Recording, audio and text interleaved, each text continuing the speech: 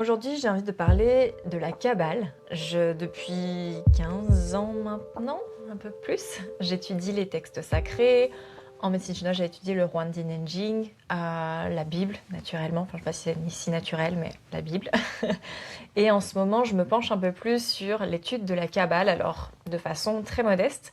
Et je suis clairement pas là ni pour vous vendre la Kabbale, ni pour faire une étude approfondie de ces textes et de ces enseignements.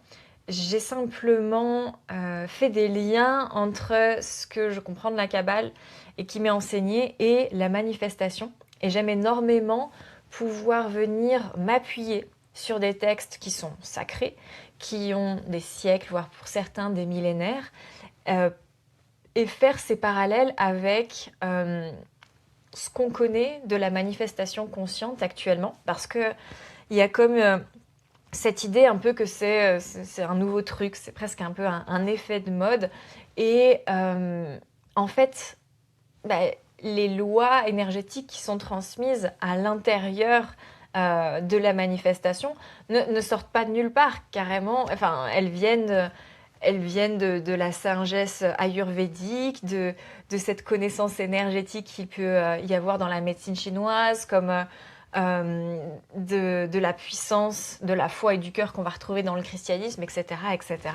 Et je trouve que ça vient donner déjà une solidité dans la façon de le voir, de la pratiquer. Et étant quelqu'un qui, naturellement, va facilement douter, le fait de pouvoir prendre appui sur des choses si anciennes et qui ont été tellement expérimentées et qui ont traversé les siècles, vient vraiment pouvoir personnellement me donner une assise. Et donc, je pense que je ne suis pas la seule dans ce cas-là.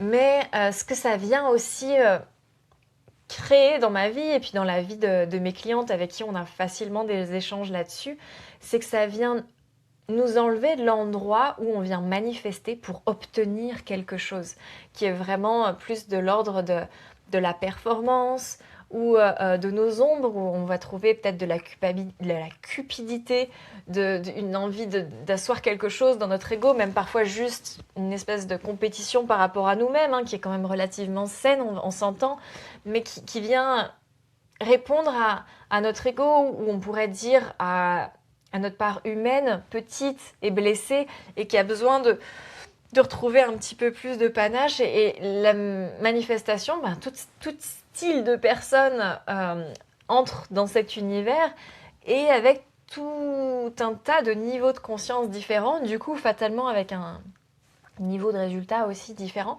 Et mon parti pris, c'est vraiment aujourd'hui, parce que le niveau de conscience a quand même évolué, c'est vraiment de, une hygiène de vie. La manifestation est vraiment une sorte d'hygiène de vie, parce que je souhaite au-delà de tout, avant obtenir, mon objectif vraiment, on en parlait ce week-end on en parlait hier avec une de mes tantes, c'est que j'ai une espèce d'obsession pour la lumière qui peut me coûter peut-être certaines choses aussi, mais c'est vraiment de nourrir la sagesse, c'est vraiment de faire descendre la lumière sur Terre, c'est que, c'est que je me sens bien dans mon corps, dans ma vie. Et ça, c'est ma priorité.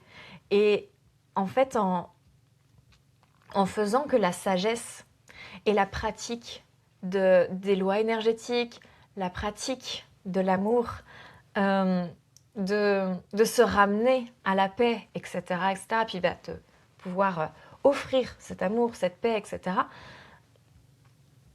finalement, quand ça devient notre moteur, on reçoit beaucoup plus. Mais on reçoit parce qu'on n'est pas dans une démarche pour obtenir quelque chose, qui part du coup d'une énergie de manque. On est dans une démarche de création, d'émerveillement, d'amplification de notre sagesse, de notre sensation d'abondance, etc. Et c'est là qu'on reçoit. On ne reçoit pas quand on est à cet endroit où on cherche à obtenir. On reçoit quand on offre en fait à la vie nos créations, notre désir de création. Mais voilà, je m'embarque. Avant de plonger dans ce que j'ai envie de transmettre de mes compréhensions de la Kabbale, j'aimerais vous dire que il va y avoir en août un week-end immersif en présentiel où on va venir traiter entre autres de ces sujets-là, où on va venir plonger en profondeur, non pas dans l'étude scolaire des textes sacrés, mais vraiment dans l'expérimentation corporelle de ce que veulent dire ces lois énergétiques. On va vraiment venir aller à l'intérieur du corps, faire descendre dans une introspection profonde ces sagesses-là.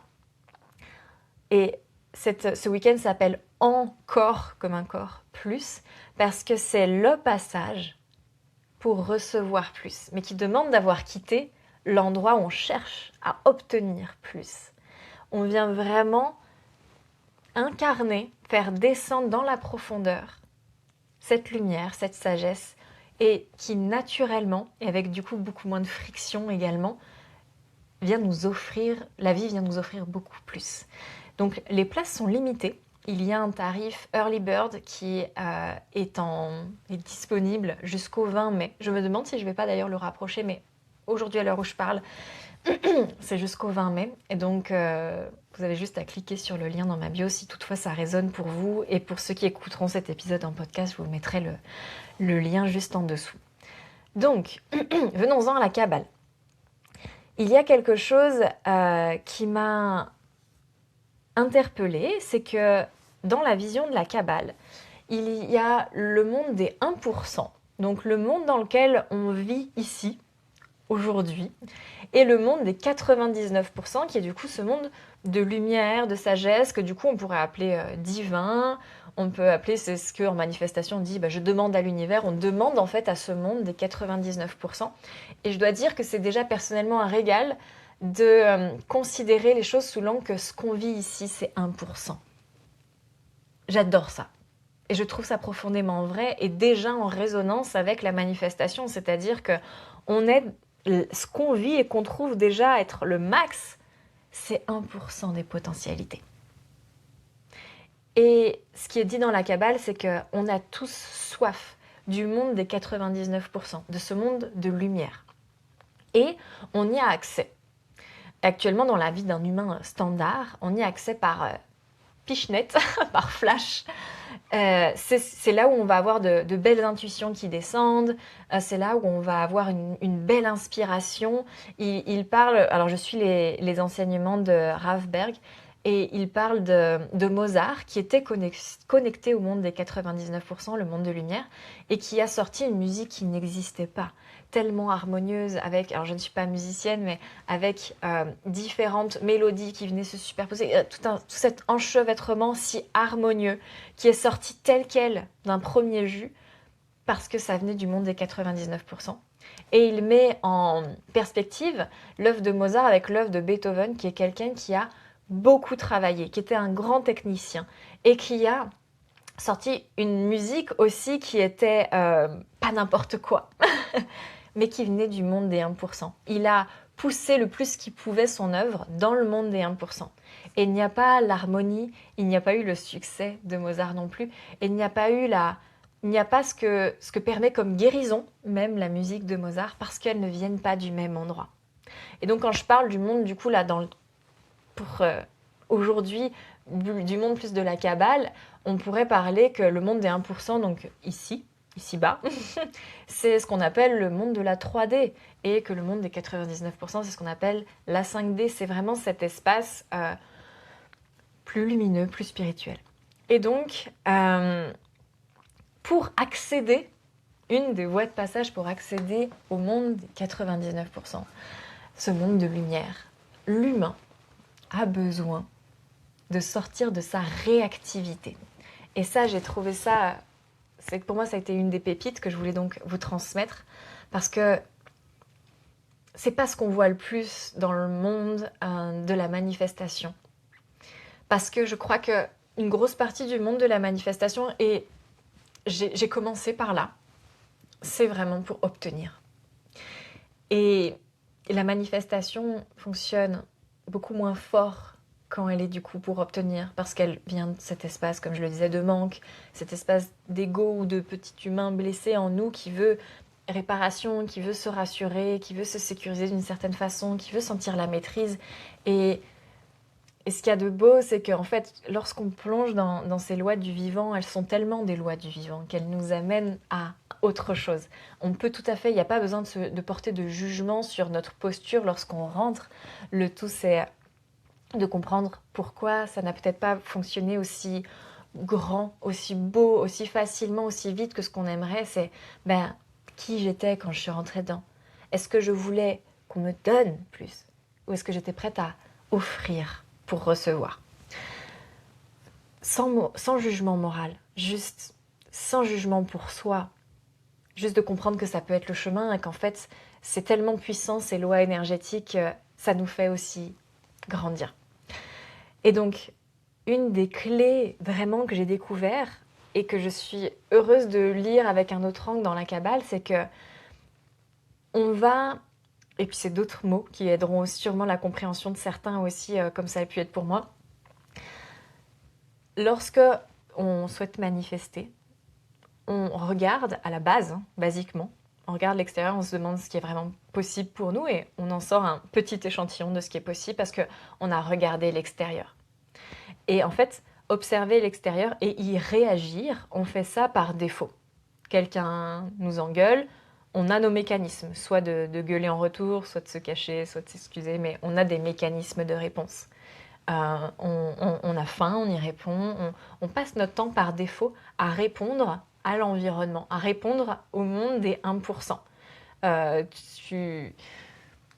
Et notre façon d'y répondre vient de nos automatismes et vient de nos blessures aussi, énormément. Et au plus on va répondre fort et instinctivement à ça, puissamment à ça. Bonjour Jade, c'est quoi le but du live? Le but du live, c'est de parler des clés que donne la Kabbale pour manifester mieux. Et le fait que ce soit en live, c'est que l'espace est ouvert pour avoir vos questions, vos réflexions. Voilà le seul but du live. Et donc, si j'en reviens à une histoire de réactivité, c'est que ce que j'ai compris, c'est que pour manifester des choses qui paraissent extraordinaires, des choses qui sont beaucoup plus grandes que ce qu'on nous avait appris qui était réellement possible de vivre ou d'obtenir dans notre vie, on a besoin du coup de se connecter au monde des 99%. Et pour le faire, il faut devenir proactif. Merci Arthur. Pour devenir proactif, ça veut dire que je sors de cet automatisme de réagir. C'est-à-dire que des choses se présentent dans ma réalité, dans ma vie, on pourrait dire, dans mon monde extérieur, et je sors de cette compulsion à en faire quelque chose. Ou si mon automatisme c'était la fuite, ou de tétaniser, de ne rien faire, je sors de cette compulsion aussi. Avec d'autres mots, ça veut dire que je sors aussi de réflexe de survie. Et lorsque j'ai fait ce temps de pause, où j'ai pas tout de suite plongé dans la réactivité, mettons que moins d'argent se présente sur ton compte ce mois-ci, il y a peut-être un réflexe de peut-être travailler plus dur, peut-être te plaindre, peut-être chercher un boulot. On a tous notre sorte de réflexe. Eh bien, de ne pas plonger dans ce réflexe-là, ou peut-être de se dévaloriser, ou que sais-je. Et de maintenir ce temps de pause pour pouvoir se dire, en fait, qui est-ce que je souhaite être? Ça, c'est vraiment la manifestation, ça n'est pas l'extérieur qui définit ce que tu peux avoir dans ta vie, c'est l'intérieur.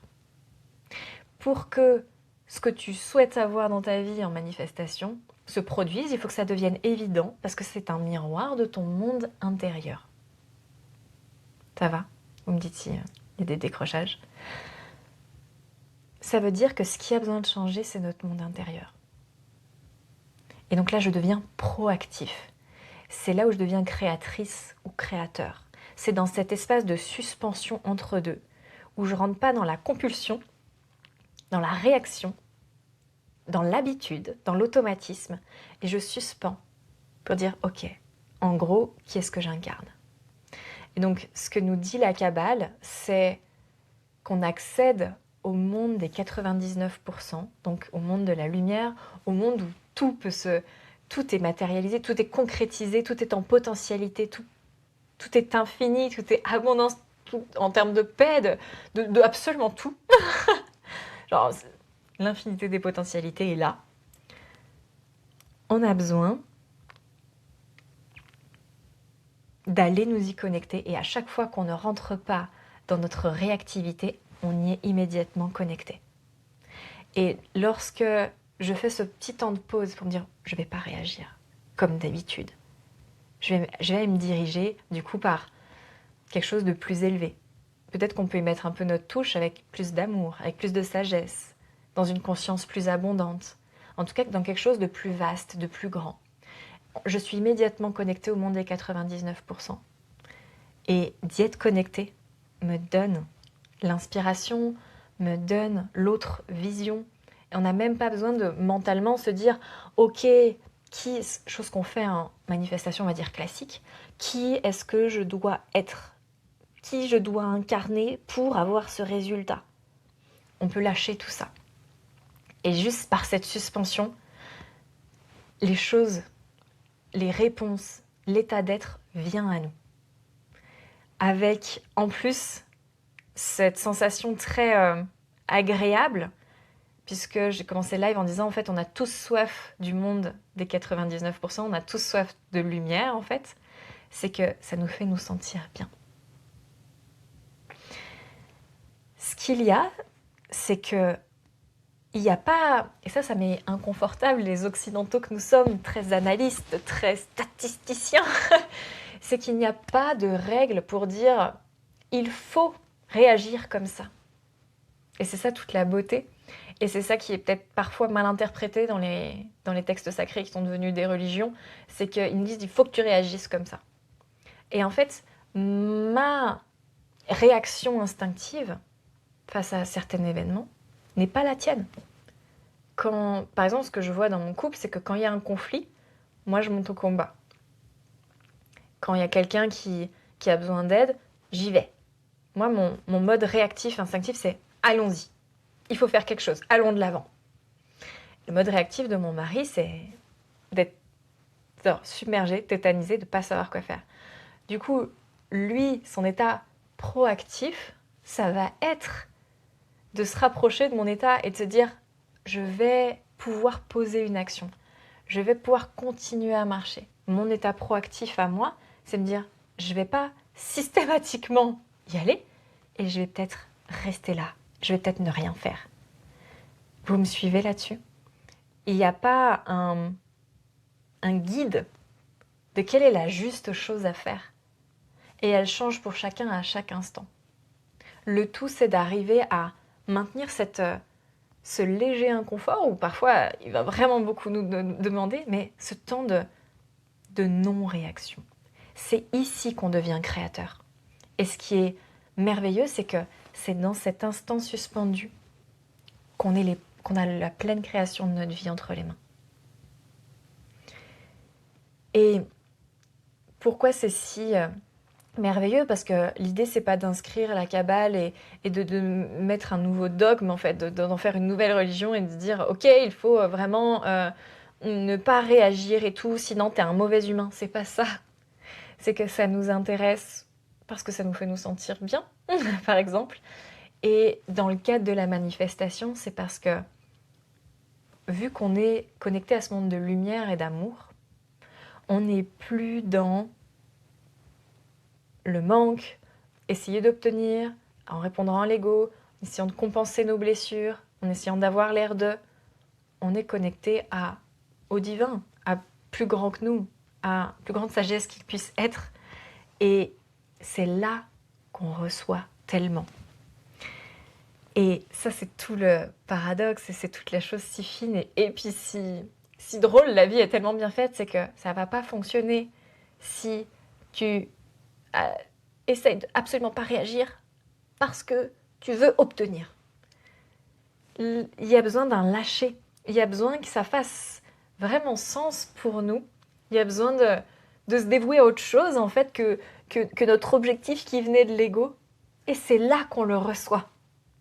Et c'est là qu'on le reçoit en tellement plus grand, tellement plus facilement. Et je trouve ça merveilleux et je trouve ça assez... c'est vraiment le sens de l'humour de la vie. Est-ce que c'est clair pour vous ? Est-ce qu'il y a des questions ? Est-ce qu'il y a des remarques là-dessus, que je puisse affiner. Je parle pas de la cabale tous les jours aussi, donc il y a peut-être des raccourcis que j'ai faits qui sont pas limpides. L'espace est là pour vous. Et je voulais trouver quelques exemples pour imager ça. Est-ce que je vous ai parlé de tout ce que je voulais?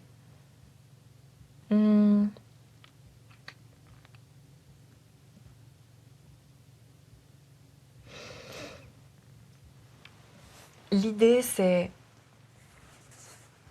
qu'on arrête de zoomer sur... Parce que lorsque je dis, ok, ne soyons plus réactifs à ça, mettons qu'il s'agisse de ton travail et de l'argent, c'est pas parce que tu as réussi à ne pas être réactif sur un sujet dans ton travail et l'argent que tu vas obtenir ce que tu souhaites. Parce que, encore une fois, l'idée, c'est pas d'être dans cet état d'esprit de manque. C'est vraiment de devenir l'humain qui est le plus qu'il peut connecter au monde des 99%. Du coup, ça vient mélanger beaucoup de choses et j'essaye de simplifier. Donc, il y a des choses qui ne sont pas assez vraies puisqu'elles sont un peu trop simplifiées pour que ça puisse être accessible, je crois, en un live, en une compréhension. Mais il n'y a pas de choses mathématiques. En tout cas, l'idée est de vraiment faire grandir la conscience, faire grandir l'humaine. Et c'est en résonance avec la justesse de l'âme que je comprends lorsque je canalise les archanges, etc. C'est vraiment vouloir grandir son humain. Et c'est ça qui fait recevoir plus grand. C'est parce qu'il est plus grand. Et non pas non plus en comparaison avec quelqu'un qui n'aurait pas cette compréhension, qui serait plus petit. C'est simplement devenir plus vaste, pouvoir contenir plus de sagesse, d'amour, d'argent, d'abondance, etc. C'est tout ce qu'on souhaite. Et donc le résultat ne va pas être forcément, c'est pas parce que tu as réussi à changer quelque chose par rapport à l'argent, tu vas recevoir plus d'argent comme ça. Parfois, souvent même, il y a une autre sphère de ta vie qui est en résonance et qui crée, mettons dans ta profession. Si tu es hyper à l'écoute et bienveillant dans ton travail et que tu es hyper acide et critique dans ton couple, on va se dire, c'est pas juste, je reçois tellement de critiques dans mon travail, alors que j'y vais avec tellement de professionnalisme, tellement de bienveillance. Mais qui es-tu vraiment? Parce que lorsqu'il n'y a plus les projecteurs et que tu deviens toi-même hyper critique avec toi ou avec tes proches, c'est la fréquence la plus maintenue qui crée. Donc c'est pour ça qu'on a besoin de grandir notre humaine ou notre humain. C'est parce qu'on a besoin de cohérence, parce qu'on a besoin d'harmonie. Et c'est ça qui crée. Et ça permet également de faciliter, entre guillemets, le lâcher-prise, parce que on s'occupe de venir grandir l'humaine, de la faire grandir en conscience, en amour, etc., etc. Et c'est ça qui rend les résultats inévitables, quelque part. C'est parce qu'on n'est plus préoccupé que ça passe par là. Je dois recevoir de l'amour et de la reconnaissance dans mon couple. Peut-être que ça peut passer par un voisin, par le travail. Je dois absolument gagner de l'argent par mon travail. Mais peut-être que tu vas recevoir de l'argent d'un autre biais. Peu importe, puisque ce qui comptait, c'était l'abondance et que tu as grandi ton humaine, ta coupe, pour le recevoir. Il y a quelque temps, j'ai réservé un massage dans un terme romain que j'aime beaucoup, qui n'est pas très loin de chez moi. Et je réserve ce massage et je vois que la masseuse est en discussion un peu énervée avec la secrétaire. Je la vois quand même très dans l'émotion. Ça n'arrive jamais et là, elle était un petit peu en retard. Et je me suis dit, parce que j'ai été masseuse et je suis consciente de l'énergie et j'y suis très réceptive et sensible, je me suis dit, je ne veux pas me faire masser avec cette énergie-là. Ça ne va pas m'apporter le bien-être que je recherche. Seulement, je n'ai jamais osé jusque-là dire quoi que ce soit sur les massages. Je suis juste de celle qui se tait, qui attend que l'heure passe, même si c'est pas parfait comme on veut, etc. Et je me suis dit, là, c'est ton exercice. Je me suis dit, selon comment elle se présente, si elle a réussi à se recentrer, c'est ok, mais sinon tu vas lui dire. Là, je suis sortie de ma réactivité, je suis devenue proactive. Jusqu'à ce qu'elle se pointe devant moi et que ce soit vraiment le moment et que je la vois encore dans l'émotion et que je lui dise, je vous ai vu parler, etc. c'est vraiment ok pour moi, je préfère que vous preniez 5 minutes pour vous et que j'ai moins de temps de massage, parce que j'ai conscience de ne pas être la seule, et que ça soit ce 3/4 d'heure vraiment bon, plutôt que d'avoir tout mon taf de massage et que vous soyez dans cet étalage et pour vous et pour moi, c'est important. Et en fait, en me disant ça, la personne a fondu en larmes. Elle a commencé à me raconter le pourquoi du comment, sa vie, et que là-dessus, il y avait un deuil, etc. Et là, en fait, en consécutif, s'est présenté un deuxième exercice pour moi par rapport à ma proactivité ou ma réactivité. J'ai eu le choix de faire comme je suis très confortable à le faire, mais que j'ai quand même plus l'habitude, me suis plus entraînée, plus musclée.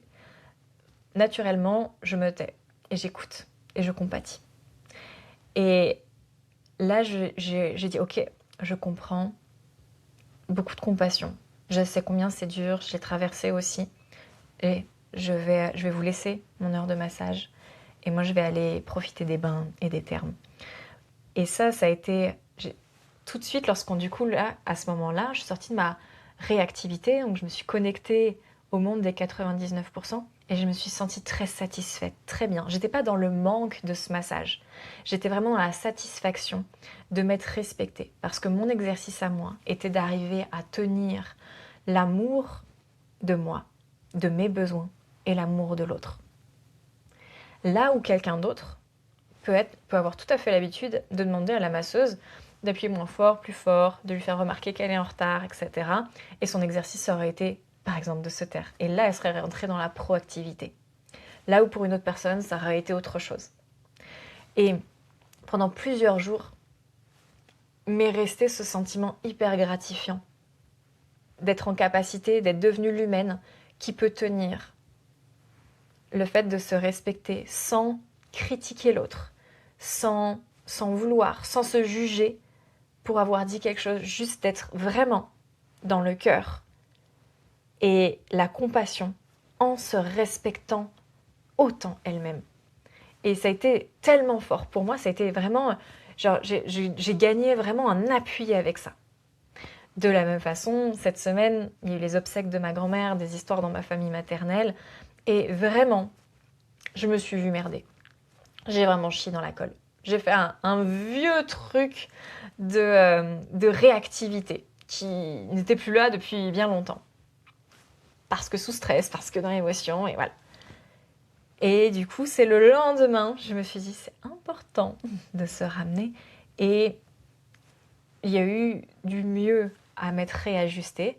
Et maintenant, mon travail, c'est plutôt d'aller mettre, au lieu de l'autocritique, d'aller mettre de l'amour sur le fait de ne pas avoir bien fait depuis le début.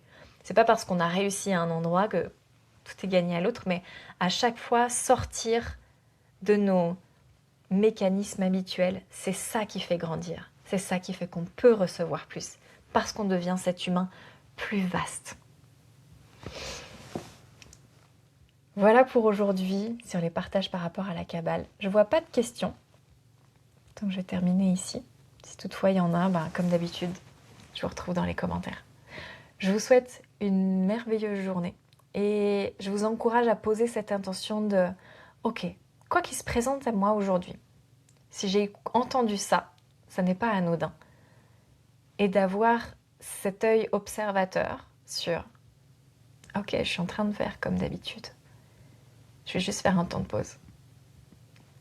Qu'est-ce qui va se proposer à moi ?» Et je vous dis à très vite. Pour ton écoute. Si ton cœur est ouvert à soutenir mon travail et à aider à l'expansion des messages qui sont diffusés dans ce podcast, sache que si tu laisses 5 étoiles sur la plateforme et encore mieux un petit commentaire que je me régalerai à lire, il aura un énorme impact positif pour moi et je t'en remercie d'avance.